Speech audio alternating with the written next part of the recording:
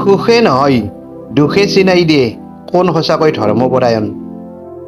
প্ৰাচীন মথুৰা নগৰত বাস কৰিছিল এজন সৎ ধৰ্মপ্ৰাণ আৰু দৃঢ়চিত্ত ব্যক্তি বাসুদেৱ।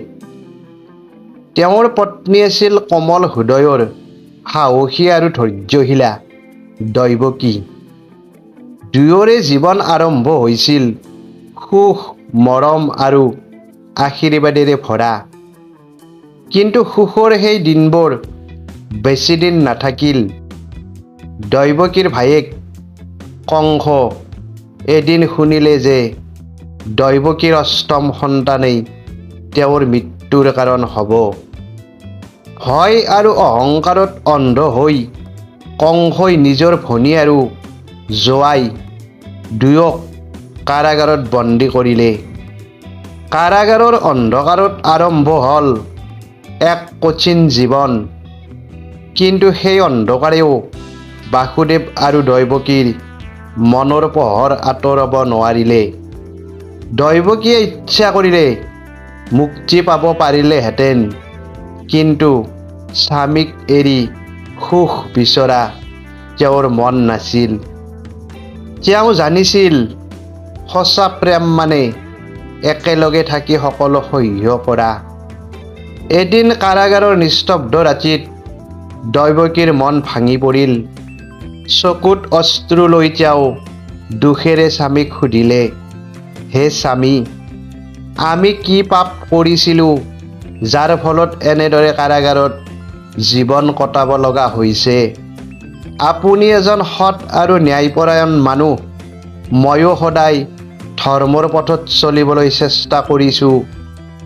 তেন্তে আমাৰ এই দুখ কিয়? দৈৱকীৰ কণ্ঠত আছিল দুখ, সন্দেহ আৰু এক নিঃশব্দ বেদনাৰ সুৰ। বাসুদেৱে শান্ত দৃষ্টিৰে তেওঁৰ ফালে চাই মৃদু হাঁহি মাৰি ক'লে, প্ৰিয় দৈৱকী, মানৱ জীৱন সুখ আৰু দুখেৰে গঠিত। সুখ খুজিলে সদায় পোৱা নাযায়, কিন্তু দুখ কেতিয়াও উদ্দেশ্যহীন নহয়। দুখেই মানুহৰ আচল শক্তি আৰু ধৰ্মৰ পৰীক্ষা। তেওঁ আৰু ক'লে, সুখে নহয় দুখে মানুহৰ সঁচা ধৰ্মপৰায়ণ বুলি চিনাক্ত কৰে। যিজনে দুখৰ মাজতো সত্য ত্যাগ নকৰে সেইজনেই মহান। এই দুখ আমাৰ শাস্তি নহয়, ই ঈশ্বৰৰ পৰীক্ষা। আৰু এই পৰীক্ষাত উত্তীৰ্ণ হোৱাটোৱে আমাৰ কৰ্তব্য। এই কথাবোৰে দৈৱকীৰ মনত নতুন শক্তি আৰু শান্তি আনিলে। তেওঁ বুজিলে দুখৰ মাজতো বিশ্বাস ৰাখিব লাগে। এজন এজনকৈ সন্তান জন্ম ল'লে আৰু কংসই নিষ্ঠুৰভাৱে তেওঁলোকক হত্যা কৰিলে। এই ভয়ংকৰ দুখতো তেওঁলোকৰ মন ভাঙি নপৰিল। তেওঁলোকে অভিযোগ নকৰিলে, ভাগ্যক দোষ নিদিলে, কেৱল ঈশ্বৰৰ ওপৰত বিশ্বাস ৰাখি ধৈৰ্য ধৰি থাকিল।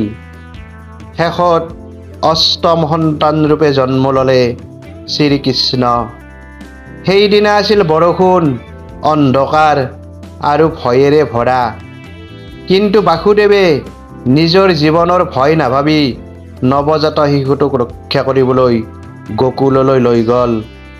নদী, বৃষ্টি আৰু বিপদ পাৰ কৰি তেওঁ দেখুৱালে সঁচা প্ৰেমত সাহস আৰু ত্যাগ থাকে।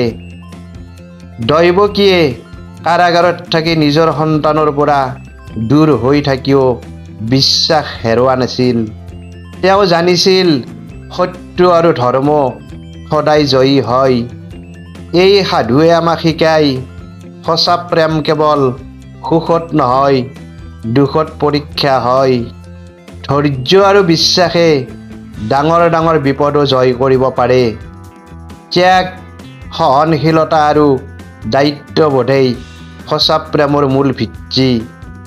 দুখৰ সময়ত একেলগে থকাটোৱে প্ৰেমৰ আচল পৰিচয়।